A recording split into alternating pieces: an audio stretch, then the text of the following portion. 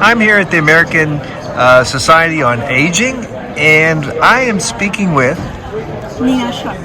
Nina Sharp. And Nina, tell me your title. Where are you? Well, hello everyone. I am an assistant professor at the design school at Arizona State University. I am also a research affiliate with Mayo Clinic, and my research is about human light interactions, how we can utilize ambient lighting environment to improve health and well-being in various demographics. Yeah, it was very interesting. You presented several papers on how the change in light and temperature could matter. Just in a very thumbnail, how did you design the studies? Well, it depends on the funding that we get, but the goal is to get the best data out of that. So we had two different types of studies. We had an observational study. We also had a crossover study. So each of these studies had different types of aims. The first one, we just wanted to see finding an association between the environmental factors and health and well-being, specifically sleep quality and cognitive performance of older adults. But the second one, we wanted to see the effect of an intervention, lighting or thermal intervention on these factors, on cognitive performance and physiological signals. And that's why we designed two different types of studies. The first one was observational. We just monitored these variables, the environmental variables, as well as the sleep and cognitive performance for 3 days. But in the other one, we developed a crossover study to apply the intervention and see how this intervention impacts, cognitive performance and physiological signals. So basically, you were looking at different colors of light, and you were looking at different temperatures, trying to understand how they affected a person's cognition, how their brains worked better. And what did you primarily find in your study? What kind of temperature was best? And there were differences between men and women. So what did you find was the best temperatures in general and the best kinds of light? That's a very tricky question. I cannot say what is the best temperature or what is the best type of light, because it depends on each individual. So people respond to different lighting conditions are different based on their age, based on their physiological health, based on their preferences.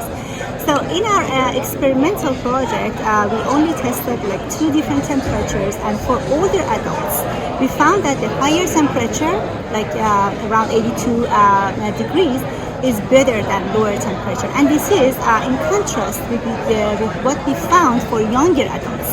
So with younger adults, we found lower temperature, ambient temperature, is related to better cognitive function. But for older adults, it was completely different, and we didn't expect to see that. So older adults do better with warmer temperature, Exactly. Younger adults do better with a cooler temperature. That's correct. That's correct.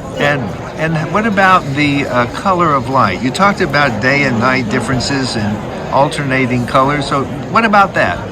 So the color of the light is also a very important factor, because it impacts our mood as well as our circadian system. So our circadian system is a blue sky detector. It is more sensitive to blue light than other colors. But blue light is good when we are exposed to during the daytime, not that time. So our results showed that when older adults are exposed to a white light that has a lot of blue spectrum in it, they actually have a lower cognitive performance. So there was a negative correlation between blue light and cognitive performance. But our experimental project showed that during the daytime, when they are exposed to blue light, they have a better cognitive performance. So blue light is good during the daytime, but not for the nighttime. So people should get out in the sunlight during the daytime, and when they're in their rooms at night, they should probably not be watching TV or on their computers. That's totally correct. But if you have to work with your cell phone or computers, you can use this blue filtering option that you can find. So that's one option. So if you're going to use your phone or whatever, try and get a blue light filter. Any final things you'd like to say about this research? Well, thank you so much for this interview. One thing that I wanted to mention is that take lighting conditions seriously. It's a very important environmental factor that can significantly impact your health and well-being in general, cognitive performance, your sleep quality, your mood. It can also impact, if you're suffering from migraine, your headache, it can impact that. So the lighting environment should be designed specifically for your individual needs. Yeah, you said that there would be more and more individuality with our understanding increasing. Yeah, exactly. And we are just at the beginning of this path. We found a lot in the past 20 years, but we still don't know many, the answers to many questions, and we are trying to find it in my lab. So, especially for senior living facilities, and memory care facilities, they need to take lighting seriously.